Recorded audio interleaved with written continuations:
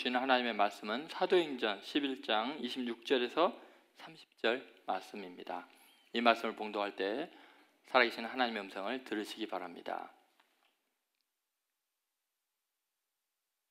만남에 안디옥에 데리고 와서 둘이 교회에 1년간 모여 있어 큰 무리를 가르쳤고 제자들이 안디옥에서 비로소 그리스도인이라 일컬음을 받게 되었더라. 그때 선지자들이 예루살렘에서 안디옥에 이르니 그 중에 아가보라 하는 한 사람이 일어나 성령으로 말하되 천하에 큰 흉년이 들리라 하더니 글라우디오 때 그렇게 되니라. 제자들이 각각 그 힘대로 유대에 사는 형제들에게 부조를 보내기로 작정하고 이를 실행하여 바나바와 사울의 손으로 장로들에게 보내니라. 아멘. 오늘 이 말씀을 통해서 하나님의 음성을 들으시는 여러분 되시기 바랍니다. 자리에 앉으시겠습니다. 오늘 말씀은 그 힘대로 작정하고 두 번째 시간입니다. 우리가 지난 시간엔 고난이 만든 기회라는 제목으로 말씀을 전했습니다. 고난을 통해서 우리는 놀랍게도 그 하나님의 개입, 섭리를 보고 하나님의 하시는 일들이 고난을 통해서 이루어지고요. 그리고 개인이나 그 시대를 영적으로 성숙시키는 놀라운 은혜가 있었습니다. 그리고 오늘 본문을 통해서 오늘 우리가 두 번째로 생각할 큰 제목은 고난에 따른 동참입니다. 여러분, 고난이 그렇게 하나님의 놀라운 일을 이루고 영적인 성숙이 있고 그렇다면 그 고난에 우리는 어떻게 해야 되겠어요? 동참하는 거예요. 고난을 따라 동참하는 것이 하나님의 역사에 굉장히 귀히 쓰임받는 은혜가 있습니다. 그래서 오늘은 고난에 따른 동참이라는 제목으로 말씀을 나누겠습니다. 여러분, 우리가 고난에 회피하지 않고 자기만 예외적으로 생각하지 않고 그 고난에 동참하는 것이요, 얼마나 놀랍고 귀한 일을 이루는가. 하나님에게 섭리가 도대체 뭔가. 왜 우리 주위에는 또 개인적인 삶이나 공동체 속에는 끊임없는 고난과 문제들이 연속일까. 여러분, 놀랍게 하나님께서 우리가 고난에 동참함으로 주신 특별한 은혜들이 있습니다. 여러분 믿습니까? 자, 첫 번째 우리에게 주시는 은혜, 자기 확장성입니다. 한번 따라해보세요. 자기 확장성. 여러분, 온 천하에 흉년이 들었습니다. 그러면 팔레스틴 지역도 말할 것도 없고 고대 근동이 다 지금 어려운 상황에 처해 있습니다. 그런데 신기하게 그 고난 중에 있는 헬라파 이방인 크리스천들이 유대인 크리스천 팔레스틴에 있는 그 사람들이 더 고생할 거라고 생각해서 힘을 다해서 각자 확정한 대로 부조금을 모아가지고 그 어려운 중에 도와주면서 고난에 동참합니다. 그것이 어떤 의미인가 오늘 본문을 다시 한번 보겠습니다. 28절 29절 말씀. 28절 29절입니다. 그 중에 아가보라 하는 한 사람이 일어나 성령으로 말하되 천하에 큰 흉년이 들리라 하더니 글라우디 때 그렇게 되니라. 제자들이 각각 그 힘대로 유대에 사는 형제들에게 부조를 보내기로 작정하고, 지금 천하에 어디예요? 온 세상에 큰 흉년이 든, 물론 그 천하가 뭐 지금 말하는 지구상 전체는 아니겠죠. 그 당시에 천하니까 뭐 그 성서적인 의미에서 고대 근동에 또 헬라 지역에 있는 정도입니다. 그런데 여러분, 천하가 다 흉년이 들면요 다 어렵습니다. 여러분, 지금 같은 시대도 마찬가지죠. 지금 뭐 지구촌 시대 막 그런 이야기가 벌써 오래전에 있었고, 이제는 뭐 지구가 하루 생활권에다 들어간 이런 상황에서요, 중국에서 발생한 코로나19가 전 세계에 영향을 미치고요, 또 미국의 경제적인 어려움이나 중국의 어려움들이 전 세계에 영향을 미칩니다. 어느 한 나라가 타격을 받으면 다 어렵습니다. 여러분, 지금 어느 나라인들 지금 자유롭습니까? 그런데 그 옛날에 천하가 다 흉년이 들었으면요, 뭐 헬라 지역에 있는 사람도 어렵고 유대 지역에 있는 사람도 어려운 거예요. 그런데 오늘 본문을 잘 보면은 천하의 흉년이 들었는데 놀랍게도 유대에 있는 형제들을 생각하여 그랬잖아요. 제자들이 각각 그 힘대로 뭐라고요? 유대에 사는 형제들에게 부조를 보내기로 작정했다. 그럼 자기가 좀 굶어 죽을 지경이 될 정도로 어려운데 좀 믿음을 먼저 전해준 그 유대에 있는 팔레스틴에 있는 가난한 성도들을 생각을 해서 각각 힘대로 그 부족하기를 도와줬다는 거죠. 여러분, 이게 뭐를 말할까요? 이럴 수 있는 마음이 복받은 마음이라는 것입니다. 여러분, 사실은 이제 그 유대에 있는 형제들은 헬라에 있는 형제들을 못마땅하게 생각하고 이방인이 그리스도인이 되려면 할례도 받아야 되고 너희들 우리보다 한참 수준이 낮다고 생각하는 그런 사람들인데, 오히려 지금 그런 취급을 받는, 자기를 적대시하고 멸시하는 그 영적으로 교만한 그런 유대인들을, 크리스찬들을 향해서 마음을 아파하고, 우리가 지금 이렇게 굶주리고 있는데 저들은 로마 식민지 하면서 더 얼마나 고통스러울까. 그들을 위해서 각각 힘을 다해서 힘대로 작정을 해서 부조를 하고 있습니다. 여러분, 이게 무슨 마음일까요? 예수 그리스도를 믿는 사람들이 일어난 놀라운 기적 같은 이야기인데요, 그것은 사람이 얼마나 위대해질 수 있고 커질 수 있는가, 그걸 보여주는 겁니다. 그래서 뭐냐면 자기 확장성이죠. 자기의 고난 속에서 다른 고난당하는 사람을 생각할 수 있는 마음. 내가 이런 시련을 겪으니까 그러면 또 다른 사람은 얼마나 아프고 힘들까.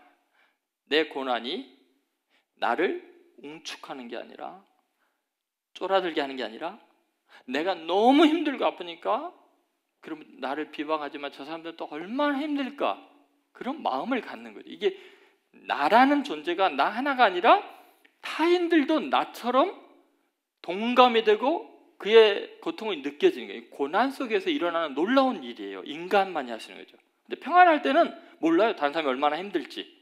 근데 내가 고통을 겪으면 고통을 겪고 있었던 사람들의 아픔을 신기하게 이해하고 동감이 되고 같이 아파합니다. 그래서 여러분, 뭐 청소년들 성폭행이나 이런 걸 위해서 막 열심히 헌신하고 막 이런 사람들 보면은 자기 딸이 그런 일을 당하고 죽임을 당했을 때 그런 뭐 재단을 만들고 막 이러잖아요. 아픔에 동참하는 그런 일이죠. 여러분, 사실 성경은 이거에 대해서 무수하게 이야기를 합니다. 갈라디아서 5장 14절 15절 보면 아주 굉장히 중요한 그 대조를 보이는, 우리가 고난 속에서 어떤 반응을 할 수 있는가, 공동체 위기가 있을 때 어떤 반응을 할 수 있는가, 두 가지를 잘 보여주죠. 자, 한번 같이 읽어보겠습니다. 온 율법은 내 이웃 사랑이를 내 자신같이 하라 하신 한 말씀에서 이루어졌나니 만일 서로 물고 먹으면 피차 멸망할까 조심하라. 여러분, 이 말씀을 잘 보십시오. 흉년 같은 고난, 핍박 같은 고난, 자연재해, 코로나19 같은 심각한 상황이 벌어지면요, 사람들이 자기 속에 있는 수준이 드러납니다. 굉장히 중요한 선택의 기로에 놓이게 되는데요, 그게 뭐냐면은 고난의 시기에는 극단적인 반응이 나타나게 됩니다. 한 가지는 뭐냐면 정말 자기의 몸처럼 이웃의 고난에 대해서 동감을 하고 아파하는 거예요. 자기가 힘드니까 저 사람들도 얼마나 아플까 하고 이웃을 자기 몸처럼 사랑하는 마음이 생겨요. 그 전에는 혼자 살았던 사람들이. 그러니까 여러분, 이 고난이 있을 때, 시련이 있을 때 내가 어떤 반응을 하느냐는 내 영적인 수준이 어떤가, 나도 몰랐던 내 수준, 내 인격의 모습이 어떤 모습이었는가를 비로소 고난 때 느끼는 거예요. 그러니까 여러분, 평소에 우리는 이웃을 몸처럼 사랑한다라고 말할 수 있어요. 그것이 나라를 위한 것이건 국가를 위한 것이건 가정을 위한 것이건 다 마찬가지입니다. 정말 주님 사랑하기를 원합니다, 사랑합니다 말을 할 수 있어요. 그런데 언제 그것이 입증이 되냐면 고난을 딱 닥치면 진짜 이웃을 자기의 몸처럼 사랑했는지를 알 수 있는 거예요. 어려움을 겪으면 그래요. 많은 사람들이 저한테 목사님 사랑합니다, 목사님 너무 귀하게 여깁니다, 평소에 많이 이야기해요. 그런데 어려움과 고난을 딱 닥치면요, 그때 그 말이 말로 입증이 되는 게 아니라 삶으로 입증이 됩니다. 도대체 진정한 사랑이 내 아픔을 동감하는가 아닌가를. 저도 마찬가지고요.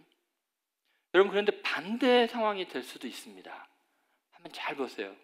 갈라디아서 5장 13절에 자, 똑같은 상황 속에서 바로 이웃을 내 몸처럼 사랑하는 것과 이어서 하는 말씀이 만일 서로 물고 먹으면 피차 멸망할까 조심하라. 자, 어때요? 고난이 닥치면 어떤 현상이 일어나요? 서로 물고 먹는 거예요. 서로 막 상대편을 자기 입이 장도같이 사자같이 상대편을 씹는 말들 합니다. 그 혈이 칼날같이 날카로워집니다. 서로 물고 먹고, 왜냐하면 자기가 고통스럽고 힘드니까 다른 사람들을 공격하는 걸로 나타날 수 있어요. 자, 신기하잖아요. 이 말씀이 바로 연결되어 있다는 게, 고난이 닥치면, 위기가 오면은 정말 나를 괴롭히는 사람마저도 동감하면서 자기 몸처럼 사랑할 수도 있고 서로 물고 먹을 수 있어요. 그러면 물고 먹으면 어떻게 돼요? 이득 보는 사람 하나도 없습니다. 피차 뭐요? 멸망할까 조심하라. 왜냐하면 사탄이 사람들이 시기심과 교만함과 어리석음을 이용하기 때문에 그렇습니다. 여러분, 우리는 어느 때는 이 편에 속하고 어떤 때는 이런 반응을 할 수도 있어요. 어떤 사람도 한결같이 이웃을 내 몸처럼 사랑하는 반응만 할 수 있는 사람은 많지 않아요. 또 어떤 사람이 계속해서 막 물고 먹고 막 이런 식으로만 하는 사람 많지 않을 수 있어요. 우리는 순간적으로 깨어 기도하느냐, 하나님의 말씀을 따라 사느냐에 따라서 반응이 달라져요. 저도 이런 어려움들을 겪을 때마다 기도하고 말씀 사모하고 예수님은 어떻게 하실까라는 그 고민 속에서 순간적인 선택이 어떤 반응을 일으키냐, 물고 먹을 거냐, 더 사랑하고 이해해주고 불쌍히 여길까를 결정하더라고요. 여러분들이 아마 제 삶을 보면서 그거를 많이 느끼실 거예요. 그래서 우리는 은혜가 필요한 사람입니다. 자, 이 자기 확장성을 다시 한번 성경적으로 보겠습니다. 느헤미야를 한번 생각해 보세요. 느헤미야는 바사 왕국, 페르시아 제국, 거기에 수산궁에서 왕의 술 맡은 관원장입니다. 그리고 왕의 그 어떤 말동무 또는 굉장히 중요한 조언을 해주는 사람, 함께 술 마시면서 이야기해 주는 사람이에요. 느헤미야는 최고의 화려한 궁궐에서 그 당시에 세계를 제패한 아닥스다 왕, 주전 464년에서 424년 40년 동안 통치한 왕입니다. 그 왕이 20년이 됐을 때 최고의 전성기일 때 최고의 왕의 측근이었어요. 근데 포로로 잡혀와서 그 정도까지 하나님이 높여주신 거예요. 근데 어느 날 자기 동생 하나니와 몇 사람, 두어 사람이 와서 그 수천리에 떨어진 예루살렘 성이 황폐화되고 그 거민들이 능욕을 당하고 고통을 겪고 죽어나간다는 소식을 듣게 됩니다. 여러분, 자기는 지금 포로로 사로잡혀온 사람이고 거기에 남아있는 사람들은 사로잡힘을 면하고 피한 사람들이에요. 자기들이 형편이 훨씬 어려워요. 그런데 그들이 고통당한다는 소식을 듣고요, 느헤미야가요 잠을 못 자고 울며 통곡을 합니다. 왕이 너 평소에 그러지 않더니 왜 이렇게 얼굴에 수색이 가득하냐? 그건 죽는 겁니다. 왕 앞에 수색을 보이면은. 내 민족이, 내 동포들이 고통을 겪는데 내가 어떻게 얼굴이 편안하겠습니까? 자, 보세요. 수천리 떨어져 있어요. 그런데 자기가 고난당하다 하나님의 은혜를 베푸셨다면 지금 고난당하는 동족의 아픔이 내 아픔으로 느껴지는 게 뭐예요? 거리의 문제가 아니에요. 상황의 문제가 아니고 자기의 확장성이에요. 나는 나만이 내가 아니라 모든 사람 각자가 나잖아요.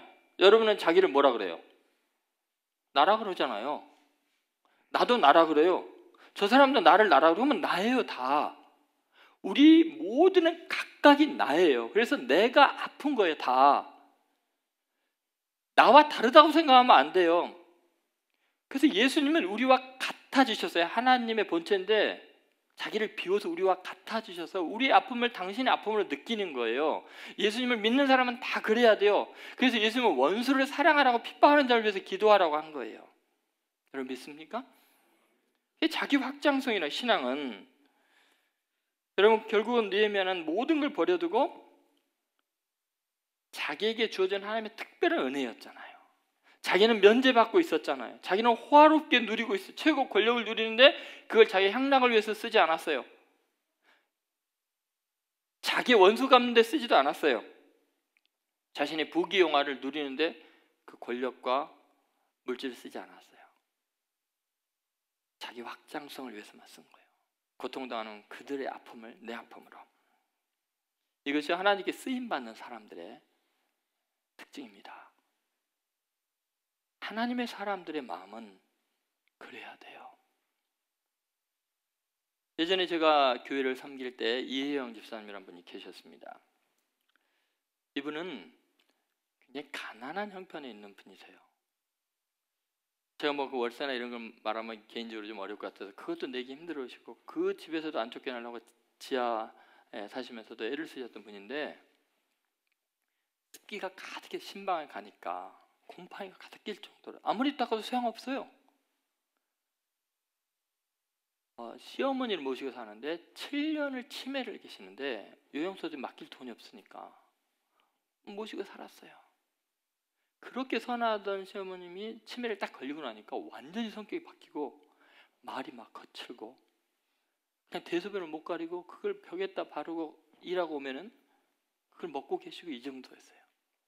그걸 울면서 다 닦고 매일같이 요양사 자격증을 따서 어떻게든지 생활을 꾸려나가려고 정말 아픈 환자들 힘겹게 그렇게 일을 하시고 그렇게 섬겼던 분이세요. 근데 이분은요, 기도 없이는 못 사는 거예요. 은혜 없이는 못 사는 거예요. 그 피곤한 몸으로 새벽기도, 새벽 금요시며 막 뜨겁게 기도하고 은혜를 사모하며 사신 분이에요. 그러다 보니까 굉장히 신앙에 선이 분명하고 판단하는 그런 게 강하실 수 있는 면이 있어요. 그런데 내면이 너무 사람이 따뜻한 거예요. 너무 자기 확장성이 큰 사람이었어요. 제가 깜짝 놀라는 것들을 많이 경험해요. 너무나 힘들고 가난하고 어려운 사람들을 근데 가만히 보면 이현 집사님보다는 더 잘 사는 사람들인데 어쩌다 어려움을 겪잖아요. 약을 사서 보내고 요리를 해서 갖다 주고 소고기를 몇 번씩이나 갖다 준다고 저한테 간증을 하시더라고요. 그분들이. 그분 삶도 구차하고 힘든데 어떻게 나를 이렇게 챙겨주는지 이거 하나님의 사랑이 아니면 어떻게 이게 가능하냐고. 최근에 동대문 시장에 불이 났어요. 지금 교회를 딴 데 다니시지만 그 교회 집사님이 동대문 시장에서 장사를 하시는데 홀라당 다 타버렸어요. 그럼 뭐 그 어마어마한 재산 피해 때문에 힘든 상황이 되고 어떻게 헤어날 방법이 없는데 이제 마스크를 천으로 만들어 가지고 그걸 이제 파는데 갑자기 누가 천 마스크를 사가겠어요. 그 사실을 알고 이분이 그걸 사라고 사람들한테 막 여기저기 권하는 자기 일 좀 자기도 지금 할 일이 바쁜데 먹고 살기도 힘든데 그리고는 가난한 사람에게 마스크를 보내주기 위해서 10만 원어치를 자기 사가지고 그분이 주문을 했다고 하고서 자기 돈으로 보내주는 거예요.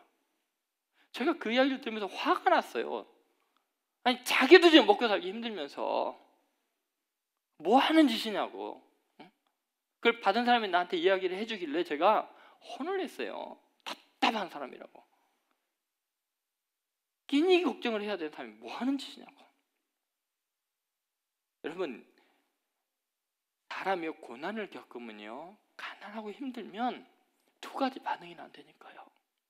자기 확장성이 더 커지는 영혼이 거룩해지고 아주 위대한 하나님 보시기에 큰 사람이 되는 그건 가난하고 부유하고 문제가 아니에요. 지식이 있고 없고의 문제가 아니에요. 그리스도인은 이웃을 자기 몸처럼 느끼는 거예요. 그러니까 그 일을 안 할 수가 없는 거예요. 자기도 힘들어도. 그런데 여러분 하나님의 사람이 아닌 사람들 순간적으로 사탄에 유혹당한 사람은 물어뜯는 거예요. 비난하는 거예요. 피차 멸망하게 하는 사탄의 도구로 전락할 수밖에 없어요. 여러분 고난의 순간에 다른 사람의 아픔에 동참하는 것은 우리에게는 자기 확장성의 엄청난 기회이고 은혜예요. 나라는 사람이 얼마나 큰 사람인지 하나님이 인정해 주시는 순간이죠. 저는 여러분들이 앞으로 인생 살아가면서 여러 가지 겪게 될 고난 앞에서요, 내가 고난이 깊을수록 다른 사람의 고난에 대한 이해력이 커지고 내 이웃을 내 몸것처럼 살아가는 말씀이 실천될 수 있는 기회인 줄을 믿고 그리스도인으로 정말 승리하시고 위대해지시기를 주의 이름으로 소원합니다. 두 번째, 고난을 통해서 우리가 동참할 때 일어난 놀라운 일이 뭘까? 그것은 독립적 자율성입니다. 한번 따라해보세요. 독립적 자율성. 듣도 보도 못한 이상한 소리를 해서 죄송합니다만, 제가 이 하나님께서 주신 말씀의 핵심을 어떻게 요약을 할까 되게 고민을 많이 합니다. 근데 여러분, 고난에 동참할 때 굉장히 중요한 게 뭐냐면 우리의 독립적 자율성이 없으면 이게 불가능하다는 거예요. 여러분, 이게 무슨 말인가 한번 보세요. 사도행전 11장 29절을 다시 한번 보겠습니다. 자, 같이 한번 봉독하겠습니다. 제자들이 각각 그 힘대로 유대에 사는 형제들에게 부조를 보내기로 작정하고, 여기 보면 여러분, 각각 뭐요? 그 힘대로 유대에 사는 형제들에게 부조를 보내기로 뭐 했다고요? 작정하고. 자, 보세요. 어떻게 했어요? 각각이에요. 독립적이에요. 그렇죠? 그 다음에 자기 힘대로, 이건 자기가 할 수 있는 그 힘이에요. 그 물리적인 힘, 물질적인 힘 될 수 있고, 인격적인 힘, 영적인 힘이 될 수도 있어요. 자기의 힘대로 뭐 했다고요? 작정한 거예요. 각자가 작정한 거예요. 여러분, 우리가 어떤 일이 부조 일을 할 때, 다시 말해서 남을 도울 때 위기의 순간에 헌신하는 거요, 쉬운 일이 아닙니다. 어떤 한 공동체를 적극적으로 섬긴다는 거 사랑받을 줄 아십니까? 절대로 그렇지 않습니다. 예를 들어서요, 이런 부조하는 일을 이제 했다고 칩시다. 그런데 어떤 부자가 자기 딴에는 이거 한다고 힘들어 했는데 다른 사람들이 볼 때는 부자가 저거밖에 안 해? 다른 사람이 헌신하는 것을 평가하는 사람들이 있다니까요. 판단하는 사람들이 있어요. 언제 부자는 얼마 이상 내라고 성경에 나와 있나요? 각각 자기 힘대로 작정하라는 거예요. 그 부자는 다른 데 쓸 일이 더 많을 수 있어요. 그 부자는 내가 알지 못하는 것을 더 많이 헌신하기 때문에 이거밖에 도와줄 수 없는 형편이 있어요. 부자는 부자 나름대로 할 일이 많을 수 있는 거예요. 그런데 저렇게 부자가 왜 저거밖에 안 해라고 말할 수 있는 자격 있는 사람 아무도 없어요. 왜냐하면 그 사람이 형편 모르니까. 반대도 똑같습니다. 지 앞가림도 못하면서 이렇게 많이 헌금하는 게 뭐야? 아니 미친 거 아니야? 이런 사람도 있고요. 아직도 제대로 자기 주제 파악 못하는 이런 사람도 있고요. 그러니까 가난하게 살지. 찌질이야. 지 자식들이나 제대로 먹이고 입히지. 뭐 잘난 척해. 별소리 다 듣습니다. 여러분, 각각 자기 힘대로 작정하는 거예요. 물질적인 봉사도, 물리적인 힘의 섬김도, 지혜와 지식으로 섬기는 것도 다 똑같습니다. 여러분, 그건 자기가 하나님 앞에 결정할 일이에요. 여러분, 각각 부조하는 일 이제 생각해 봅시다. 그게요, 물질의 힘만을 표현하는 게 아니에요. 물질을 많이 한다는 것은 그 사람이 가난해도 많이 할 수 있고 부자도 많이 할 수 있어요. 부자도 적게 할 수 있고 가난한 사람도 더 적게도 할 수 있어요. 근데 중요한 게 뭐냐면요, 물질의 힘으로 부조하는 게 아니에요. 그 사람의 인격이 어마어마한 힘으로 작동하는 거예요. 그럴 때는요, 자기가 굶어 죽어도 다른 사람 먹여 살리는 사람이 있거든요. 자기도 물에 빠져가면서 물에 빠진 사람 건져줄 수 있거든요. 자기는 희생하고. 인격이 훌륭, 인격이 힘이 큰 사람은, 자기 확장성이 큰 사람은 그렇게 하는 거예요. 영적인 파워가 굉장히 큰 사람은요, 물질적이고 인격적인 걸 뛰어넘어서 원수에게 오히려 목마를 때 마시게 하고 더 잘해줄 수 있어요. 수준이 낮은 사람은 저렇게 자기에게 못되게 했는데도 저렇게 물질을 섬기고 잘해주는 거 보니까 뭔가 캥기는 게 있나 보다, 이렇게 해석을 하겠죠. 자기 수준대로. 여러분, 한번 잘 생각해 보세요. 각각 힘대로 작정하라고 성경은 이야기하지 절대로 규정하지 않습니다. 그래서 제가 목회할 때 여러분 잘 한번 생각해 보세요. 제가 지난 10년 동안 목회할 때 제가 제일 먼저 담임 목사가 되고 예전에 했던 일이 뭐냐면은, 장로, 권사, 안수집사 됐을 때 일정한 금액을 다 내게 해서 교회에 뭐 봉고를 사준다니 어떤 큰 일을 마련하는 거였어요. 제가 그건 못하게 했어요. 왜요? 장로 됐다고 부자만 장로 되나요? 가난한 사람 장로 되면요, 장로는 얼마, 권사는 얼마 해버리면요, 가난한 사람은 죽을 맛입니다. 교회가 그러면 되겠어요? 그거부터 없앴어요. 여러분 한번 생각해 보세요. 우리는 각자 힘대로 작정하는 세계가 성경의 세계이고 하나님의 마음이에요. 하나님은 마음을 받지 물질을 받지 않으세요. 여러분, 그래서 우리는 부조의 문제가 영적인 문제인 거예요. 각자 하나님 앞에서 결단한 일이니까 내가 다른 사람에 대해서 물질의 헌신이건 몸의 헌신이건 시간의 헌신이건 평가하는 것, 판단하는 것은요, 대단히 하나님 앞에서 위험한 일입니다. 여러분 맞습니까? 도대체 반응을 모르겠어요. 입을 다 가리고 있어갖고 웃고 있는지 화를 내고 있는지. 여러분, 하나님께서 하실 일이에요. 그 사람이 어떻게 헌신하는가? 내가 왜 참견이냐고. 왜냐하면 모자이크처럼 다 이걸 이 사람 저 사람 마음 움직여서 결국 일을 이루시는 분 누구예요? 하나님이에요. 일은 인간이 이루는 게 아니에요. 일의 결정은 하나님께 있어요. 그냥 나는 내 할 일 하는 거예요. 각자 힘대로 작정하고 끝. 나머지를 조합해서 일을 이루시는 분은 하나님이지, 내가 일을 내가 원하는 수준으로 이끌어 가려고 이 사람 평가하고 저 사람 재단하고 그러면 안 돼요. 야고보서 4장 11절 12절에 주님이 이렇게 야고보 사도를 통해서 말씀하십니다. 같이 읽겠습니다. 형제들아, 서로 비방하지 말라. 형제를 비방하는 자나 형제를 판단하는 자는 곧 율법을 비방하고 율법을 판단하는 것이라. 내가 만일 율법을 판단하면 율법의 준행자가 아니요 재판관이로다. 입법자와 재판관은 오직 한 분이시니 능히 구원하기도 하시며 멸하기도 하시느니라. 너는 누구에게 이웃을 판단하느냐. 여러분, 이웃이 자기 몸처럼 느끼고 자기 확장성이 큰 사람이면 판단하겠어요? 네가 누구에게 이웃을 판단하느냐? 너가 재판관이냐? 네가 하나님이냐? 아니, 세우거나 넘어지는 것이 나에게 있다고 주님이 말씀하셨는데 내가 왜 다른 사람 넘어뜨리려고 하냐고요. 왜 판단하냐는 거예요. 마태복음 7장 1절 2절에 분명히 주님 말씀하시잖아요. 복음의 본질을 이야기하잖아요. 얼마나 큰 은혜의 말씀인지 몰라요. 마태복음 7장 1절 2절 한번 읽어보겠습니다. 비판을 받지 아니하려거든 비판하지 말라. 너희가 비판하는 그 비판으로 너희가 비판을 받을 것이요 너희가 헤아리는 그 헤아림으로 너희가 헤아림을 받을 것이니라. 여러분, 이거 복음입니다. 그러나 남을 정죄하는 사람들에게는 이것은 무서운 심판의 선언이기도 합니다. 세상에 이렇게 은혜로운 말이 어딨나. 여러분, 내가 잘못했어요. 내가 살인했어요. 내가 거짓말했어요. 내가 간음을 저질렀어요. 그런데 뭐요? 비판을 받지 않는 방법이 뭐라고요? 남 비판하지 않으면. 내가 은혜로 구원받았으니까 저들도 은혜로 구원받을 줄 믿고 남 비판하지 않으면 어떻게 한다고요?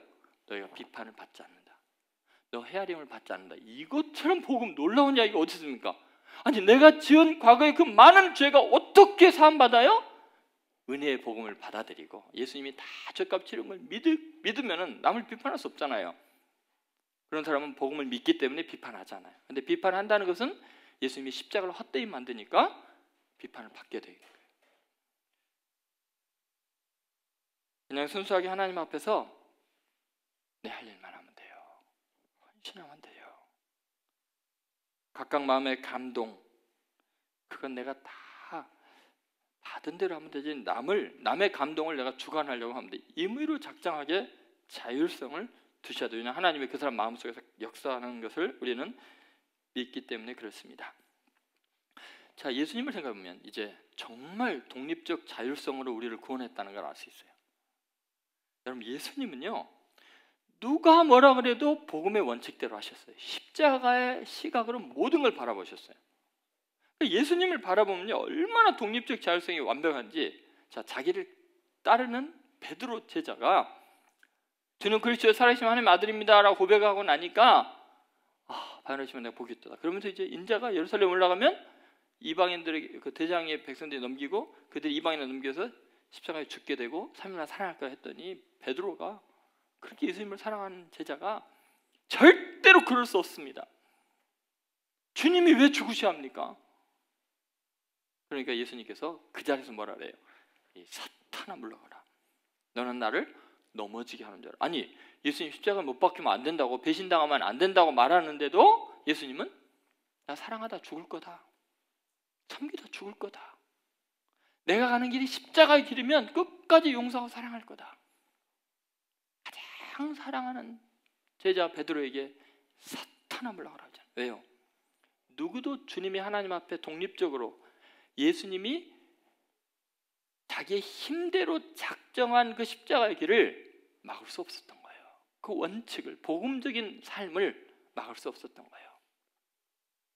예수님은요, 자기를 위해 잔치를 하는데도 나는 장례식을 지금 경험하고 있다고 이야기하시잖아요. 향유가 진동하는 그 속에서 죽은 나사로 살리고 사람들이 다 예수님 주님 막 그러는 자리에서 어떻게 하세요? 놀랍게도 십자가의 피냄새를 맡고 계시네요. 나 곧 십자가에 죽게 될 거다. 나를 위해서 잔치하는 게 아니라 너희들이 내 장례식 지금 하고 있다. 완전 독립적 자율성입니다. 주님은 하나님 앞에서 작정을 하신 거예요. 예루살렘으로 올라가기로 굳게 작정하시고, 복음으로 살기로, 복음으로 죽기로, 인류를 구원하기로, 원수를 사랑하기로 작정하신 거예요. 사도 바울도 그랬습니다. 나 좀 괴롭게 하지 말라고. 내가 이미 십자가에 내 자신을 못 박았고 나는 예수의 흔적을 지닌 사람이라고. 예수님처럼 반응할 수밖에 없다고. 그 내용이 갈라디아서 6장 17절, 16, 14절, 17절에 있습니다. 14절 먼저 한번 읽어보겠습니다. 그러나 내게는 우리 주 예수 그리스도의 십자가 외에 결코 자랑할 것이 없으니 그리스도로 말미암아 내가 세상이 나를 대하여 십자가에 못 박히고 내가 또한 세상에 대하여 그러하니라. 여러분, 내가 이미 십자가에 못 박혔다는 거, 그죠? 그러니까 나는 세상에 어떤 영향을 받지 않는 거예요. 세상의 가치관이, 세상의 정의니 뭐니 법이니 이런 것들이 날 지배하지 못한다는 거예요. 나는 십자가밖에 자랑하고 붙들 게 없다. 십자가가 뭐예요? 죄인을 대신해서 죽겠다는 거예요. 끝까지 사랑하겠다는 거예요. 그래서 바울이 그런 말이에요. 너희들이 어떤 말해도 나는 독립적 자율성으로 사랑할 거다. 십자가만 붙을 거다. 그것이 17절에 있는 그 유명한 말씀이에요. 같이 한번 읽어보겠습니다. 이후로는 누구든지 나를 괴롭게 하지 말라. 내가 내 몸에 예수의 흔적을 지니고 있노라. 나 예수님처럼 살겠다는 거예요. 예수님처럼 십자가 못 박이겠다는 거예요. 십자가 아래서 독립적 자율성을 획득하시기 바라요. 그리스도인은요, 십자가만 자랑하는 사람이에요. 그냥 십자가만 드러나면 오해받아도 괜찮고 욕먹어도 괜찮아요. 배신당해도 괜찮아요. 예수님의 삶이요, 제가 목회를 하면서 수없이 경험한 게 그 유혹이었어요. 배신하는 제자들에 대해서, 사랑하는 제자들에 대해서 정말 인간이 싫어지고 내 자신이 싫어지고 나 목회할 자격이 없는 것 같습니다. 예수님 말씀대로 사랑했는데 왜 이렇습니까? 할 때 예수님은 야, 너 겨우 그 몇 명 배신했냐? 나 12명 다 도망가더라. 야, 하나 넘기고 저주까지 하더라. 다 그런 거야. 그게 십자가고 그렇게 사랑하다 죽는 거야. 이 땅에 뭔 미련이 많냐? 뭔 명예를 바라냐? 이후로는 누구든지 나를 괴롭게 하지 말라. 여러분 좀 초연하고 자유하세요. 인간에게 너무 기대하지 말고 뭐 이렇게 희망을 두지 마세요. 그냥 사랑하세요. 십자가만 자랑하세요. 그렇게 승리하는 여러분 되시기를 주의 이름으로 축원드립니다. 세 번째, 타자 구속력입니다. 세 번째 해도 되나 모르겠는데 시간이 이렇게 많이 가버렸습니다만, 여러분 지금 힘대로 작정하고 있어서 굉장히 중요한 것이 뭐냐? 고난에 따른 동참은요, 엄청난 타자 구속력 있는, 영향력 있는 삶이 됩니다. 여러분, 우리가 정말 독립적 자율성으로 어떤 그 다른 사람의 고난에 동참하고 이해해주고 십자가를 질 때 우리는 우리의 힘의 수준이 완전히 업그레이드 되는 걸 느낍니다. 내가 이런 사람이었나? 이렇게까지 놀라운 일을 할 수 있는가? 나 같은 죄인이 자기의 수준이 다시 보이기 시작합니다. 하나님 앞에서 받은 은혜에 대한 자각의 고백. 하나님, 내가 이렇게 큰 은혜를 받았군요. 내가 이렇게 달라질 수 있군요. 그것은요, 내가 섬기고 희생하고 사랑한 것이 결국 나중에 보면요, 그 사람의 영혼을 사고 주위에 수많은 사람들이 십자가의 복음을 증거하는 엄청난 힘이 됩니다. 구속력이 있습니다. 그것이 고난에 동참할 때 일어나는 놀라운 일입니다. 여러분, 우리는 환난 때 다른 사람에 대한 마음이 넓어지고요, 굉장히 우리의 수준이 달라지는 것을 이제 경험하게 될 것입니다. 마태복음 25장 21절 말씀 한번 보시죠. 자, 같이 읽겠습니다. 마태복음 25장 21절입니다. 그 주인이 이르되 잘하였도다 착하고 충성된 종아, 내가 적은 일에 충성하였음에 내가 많은 것을 내게 맡기리니 내 주인의 즐거움에 참여할지어다 하고. 여러분, 종은 종이에요. 그런데 그 종이 누구의 즐거움에 참여해요? 주인의 기쁨을 맛보게 되고 그 수준으로 인정을 해준다는 거예요. 근데 여러분, 그 종은 어떤 종이었어요? 잘했다, 너 참 잘했다. 그 어려운 순간에, 그 고난의 시기에, 그 코로나 때, 그 위기가 있을 때 잘했다. 자, 뭘 잘했다는 거예요? 어떤 종이기에? 뭐야? 착한 거예요. 착한 거. 이 착한 게 뭘까요? 그냥 얌전하게 있고 저 사람 성품이 안정하고 이게 착한 거예요? 착하다는 것은 바나바 이야기에 또 말씀드렸습니다만, 자기 혼자 착하다는 게 아니고 착한 것은 자기가 누명을 쓰고 억울한 일을 당해도 다른 사람을 세워주고 길을 열어주고, 그래서 바나바처럼 사울 때문에 고생도 하고 이런 게 착한 거예요. 지금 이 종이 착한 이유가 뭘까요? 누명 쓰고 억울해도 끝까지 축복하고 이해해 주는 거예요. 여전히 십자가 붙들고 사랑한 거예요. 그러니까 착하고, 그 다음 뭐예요? 충성된 놈이라는 건 뭐냐면 보냄 받은 사람으로 사는 거, 그냥 사명 때문에 하는 거지 너무 힘들고 어려워도 충성되는 거예요. 내가 하고 싶어서 하고 말고 싶어서 하는 게 아니라 주님이 주신, 주인이 시킨 일이니까 그냥 하는 거예요. 그것 때문에 욕먹고 별짓을 다 당해도, 아니 자기가 자격이 없어도 능력이 없어도 어떻게 주인이 하라니까 하는 거지. 그게 충성이에요. 내가 원해서 즐거워서 하는 일이 아니라 나는 할 수 없는 환경인데도, 하기 싫어도 주인이 하라니까 하는 게 충성이에요. 그런 사람이 결국은 주인 같은 영향력을 끼친다는 거예요. 주인의 즐거움, 그 구속하는 능력, 그거를 누리게 하시겠다는 거예요. 여러분, 예수님은, 자 보세요, 예수님 자신이 힘대로 작정하고 우리를 섬겼어요. 우리에게 부조하셨어요. 여러분, 예수님께서 시각장애인의 눈을 뜨게 하고 나병 환자를 깨끗하게 하고 뭐 저른바리를 걷게 하고, 이거는요 아무것도 아니에요. 예수님이요 이런 환자들의 병을 고치기 위해서 어마어마하게 작정을 하셔야 됐어요. 어떤 작정을 해야 되냐면요, 보세요. 안식일에 손 마른 사람들의 병을 고치는 거, 선을 행함으로 미움을 받아요. 구원해주고 자기는 십자가에 죽게 돼요.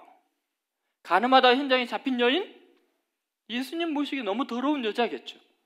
근데 그녀의 죄를 용서하기 위해서 자기는 죽을 자가 되는 거예요. 이거 작정하지 않고는 그녀 용서 못합니다. 왜? 세상 사람들이 다 율법적으로 정죄하고 명백한 죄인인데 왜 내치지 않아요? 왜 돌로 치라고 안 하냐는 거예요. 근데 그건 십자가가 아니잖아요. 구원이 아니잖아요. 예수님은요 정말 힘을 다해서 작정해야 됐어요. 내가 십자가 지고야 말리라. 여러분, 다 남의 헌신을 저울질하고 판단하는 교만하고 악한 사람들이 많은 것이 이 세상입니다. 자기는 손 하나 깡딱 안 하고 다른 사람의 헌신을 평가하고 판단하면서 자기는 주님을 사랑한다고 생각해요. 누가 십자가 집니까? 누가 욕먹으면서 일합니까? 안 있으면 욕 안 먹어요. 사탄은 늘 그들의 사자로 사용하는 것은 늘 다른 사람을 평가하고 판단하는, 아무것도 하지 않는 사람들의 시기심과 교만함과 미련함이 사탄의 도구가 돼서 공동체를 깨뜨려요. 그 이유는 간단합니다. 왜 사탄의 도구로 이용되느냐? 자기 수준이에요. 자기 시각이에요. 자기 중심적으로 모든 걸 바라보면요, 할 말 너무 많아요. 자기 입장에서 보면 그래요. 자기 수준에서 보면 꼭 그렇습니다. 사람들은요, 사탄의 도구로 날카롭게 쓰임받는데도 자기는 의를 행하고 있다고 착각을 해요. 저는 지금 이 중에도 신천지가 몇 명 들어와 있는 걸 알아요. 그들은 자기 의가 가득하지만 하나님의 말씀을 정직하게 대면할 필요가 있어요. 그동안 교리적으로 배운 것에 여러분이 절대로 속지 마세요. 진리를 사모하기 때문에 그렇게 열심히 공부했다면 진리를 통째로 보는 눈이 있어야 돼요. 정직하게 나와서 저랑 토론해요. 뒤에서 거짓으로 속이지 말고 사탄의 도구로 쓰임받지 마세요. 여러분, 하나님의 사람들을 핍박함으로 하나님의 의를 이룬다고 착각하는 거, 누군가를 미워하고 거짓을 행하는데도 자기가 하나님을 의를 행하고 있다고 생각하는 거, 여러분 사탄에게 좀 이용당하는 겁니다. 그냥 자기 힘대로 작정하고 자기가 하나님 앞에 헌신하는 거예요. 그런데 여러분, 진리를 따라 헌신하는 사람은, 여러분 예수님이 그랬어요. 주인인 내가, 주와 선생이 된 내가 핍박을 받는데 그 종들은 어떠하겠냐? 너희들은 왜 핍박을 안 받겠느냐? 선을 행함으로 박해를 받는 것이 악을 행함으로 심판받는 것보다 복된 일이에요. 사탄은 자기 꾀에 넘어갑니다. 진리를 따르고 선택하는 사람들 때문에 사탄이 활개치고 난 뒤에 더 견고해집니다. 저는 하나님의 승리를 믿습니다. 조금도 두렵지 않습니다. 얼마든지 사탄의 공격이 와도 사람들이 보기에는 문제가 있을 것 같아도 저는 견고하게 하나님의 뜻이 이루어지는 것이 보입니다. 진리의 말씀이 이깁니다. 예수님은 우리의 흉년의 인생에 부조를 아끼지 않았는데 어느 정도 부조하셨어요? 오병이에 부조한 거요? 아무것도 아닙니다.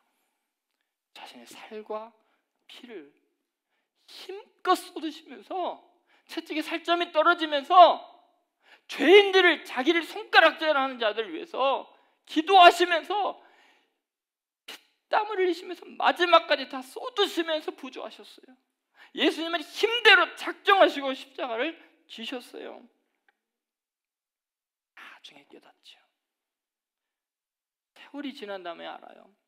십자가에 못 박은 자도 알고 그를 찌른 자들도 주님을 보게 될 거예요. 그때 그들이 울며 통곡하면서 회개할 거예요. 주님은 그들을 다 구속할 거예요.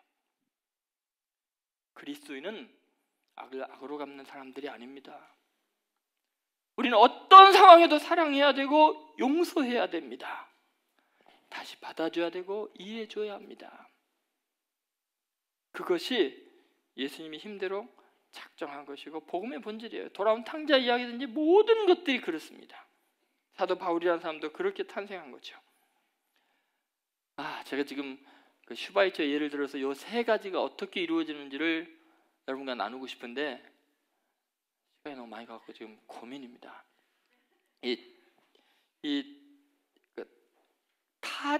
타자에 대한 구속력이라는 게 얼마나 강력한가를 이야기 마저 할까? 그냥 어차피 여러분 여기서 정신도 못 먹는데 여러분 슈바이처를 한번 생각해 보세요. 슈바이처가요, 사람들이 물었습니다. 어떻게 당신이 이렇게 훌륭한 일을 했습니까? 노벨 평화상을 받고 정말 아프리카 랑바데인가 거기 그렇게 이제 병원을 짓고 어마어마한 일을 합니다. 그러니까 대답을 이렇게 했어요. 나에게는 두 가지 아름다운 추억이 있습니다. 내가 보기엔 아름다운 추억이 아닌데 아름다운 추억이라 그래요. 그 첫 번째는 13살 때 있었습니다. 13살 때 자기 친구랑 싸우는데 자기가 힘이 세니까 이 애를 올라타가지고 때리고 있었어요.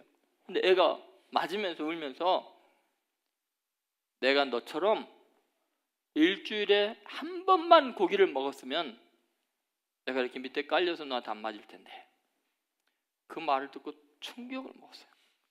그래갖고 그 이후로 3년 동안 고기를 안 먹었어요. 가난한 사람들이 있구나. 내 친구들 중에 나처럼 이렇게 누릴 수 없는 아이들이 있구나라는 걸 깨닫고 고기를 3년 동안 안 먹었어요. 이건 뭐예요?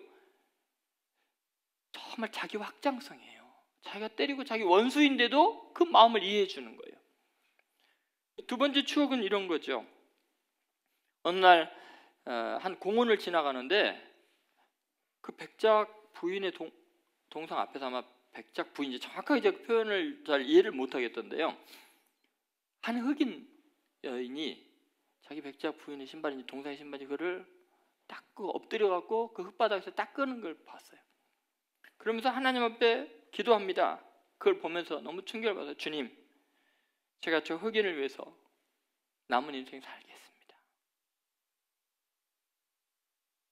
여러분 한번 생각해보세요. 이 자기 확장성, 독립적 자율성이죠. 자, 보세요. 슈바이처가요 그렇게 결정하고 이제 의사가 되기로 결심했을 때요, 아프리카 간다고 하니까 신학 박사학위에 있는 사람이에요. 그분이 쓴 책은 지금도 사람들이 감당할 수가 없을 만큼 뛰어난 책이에요. 제가 그걸 읽다가 죽는 줄 알았어요. 두꺼워서. 그분이 그 역사적 예수 연구라는 책을 펴낸 다음에 역사적 예수가 50년간이 중단될 정도로 더 이상 연구할 게 없을 정도로 완벽한 학자예요. 철학 박사예요. 그 당시에 바하 연주에서 슈바이처를 따를 사람이 없어갖고, 슈바이처가 오르간 연주한다 그러면은 전부 다 사람들이 극찬했을 정도예요. 근데 의사가 되기로 결심한 이유는 아프리카를 가기 위해서요. 그 교수이고 위대한 음악가가 오지에 가서 뭐를 하겠다는 거예요. 그 재능을 왜 썼겠다는 거예요. 얼마나 말리고 날렸는지 몰라요. 그런데도요, 완전히 십자가 지기로 섬기기로 자기 스스로 힘껏 결단한 거예요. 완전 독립적 자율성이에요. 하나님 앞에서 결단한 거예요. 그리고 그 영향력, 구속력이 지금 얼마나 커요. 여러분, 슈바이처가 그렇게 아프리카 갈 때 자기 아내가 기꺼이 따라오고요, 유럽에서 제일 유명한 탑스타가요, 미국과 유럽에서 가장 인기 있는 사교계의 여왕 같은 사람이요, 모든 건 내려놓고 슈바이처 따라서 환자들 빨래해주고 그 고름 짜주고 그러면서 따라갔어요. 백인 의사와 간호사 30여 명이 아프리카 그곳에 지금 이름도 없이 빛도 없이 다 헌신했어요. 지금 수많은 자선단체들 아프리카 돕는 것이 슈바이처의 정신의 근거한 거예요. 타자 구속력이 다른 사람의 삶을 완전히 바꿔놓은 거예요. 이끌고 간 거예요. 왜요? 고난에 동참했기 때문에. 자기 확장성, 어마어마한 힘이에요. 독립적 자율성, 타자 구속력. 저는 여러분, 인생이 한 번뿐이라는 거 잊지 마세요. 잘 먹고 잘 살고 그래서 내 명예, 내가 땅덩어리고 사람들한테 인정받을까? 아무것도 아닙니다. 사람들 다 죽습니다. 여러분, 기억할 사람 아무도 없습니다. 우리 주님만이 우리를 기억하실 거예요. 주님만이 우리를 위대하게 만들 거예요. 자유로우세요. 사람들의 평가에 대해서 얽매이지 마세요. 저는 오늘부터 여러분이 정말 주님 앞에서 각자 힘대로 작정하시고 하나님의 일에 헌신하시기 바랍니다. 아무도 못 말립니다. 사탄이 후회할 겁니다. 여러분, 그렇게 승리하시기를 주의 이름으로 축원드립니다. 기도하겠습니다. 하나님 아버지, 우리는 누구 하나 자랑할 것이 없는 죄인들입니다. 오직 은혜로 살고 오직 믿음으로 구원을 얻고 십자가 밖에는 내세울 것이 없는 죄인들입니다. 주님 사랑 때문에 용서받았고 주님의 은혜 때문에 사명자로 쓰임받고 오직 주님 밖에는 의지할 이가 없습니다. 주님, 오늘 말씀으로 저희를 새롭게 하시고 강하게 하시고 치유하여 주옵소서. 성령님, 이곳에 예외함이 없이 역사하셔서 이 말씀의 방망이로 우리의 죄악과 교만과 어리석음이 깨어지게 하시고 스스로 주님 앞에 작정하고 헌신하며 자유해지는 은혜를 허락하여 주옵소서. 오늘 이 시간에 우리의 꿈과 희망과 어제 일과 미래 일 모든 것 주님 앞에 맡기고 주님 부르심을 향하여 달려가는 저희들이 되게 하여 주옵소서. 오늘 주님이 승리하신 줄로 믿습니다. 오늘 주님의 십자가의 영광이 나타날 줄로 믿습니다. 오늘 이후 주께서 우리를 다스려 주옵소서. 예수뿐인 교회가 주님의 교회임을 고백합니다. 영광 받아 주옵소서. 감사드리고 예수님의 이름으로 축복하며 기도합니다. 아멘. 지금은 우리의 죄악을 담당하시고 우리를 자유케 하신 예수님의 은혜와 독생자까지 작정하시고 희생하신 하나님 아버지의 극진하신 사랑과 우리 마음을 감동하시는, 그래서 회개케 하시고 구원하시는 성령의 강권적인 역사가 남은 생의 고난에 동참함으로 이 놀라운 하나님의 은혜를 경험하고 참으로 세상의 시선으로부터 자유하며 주님 십자가로 승리하겠노라고 결단하는 하나님의 아들 딸들 머리 위에, 저들의 가정과 교회와 이 민족 위에 지금으로부터 영원히 함께 하시기를 간절히 축원하옵나이다. 아멘.